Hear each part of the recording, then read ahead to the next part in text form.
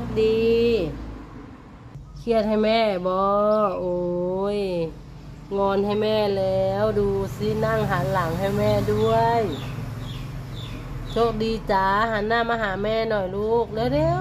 ๆถุงทองไปไหนฮะถุงทองไปใส่ถุงทอง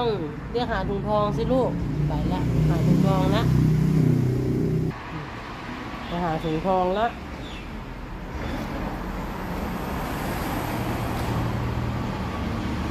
หากินข้าวเด้อลูกเด้อหากินข้าวเด้อหัวอาหารก็ใส่นั่นไว้แล้วกระบะไว้แล้วให้หนูไปหากินเลยนะลูกนะตึงตึง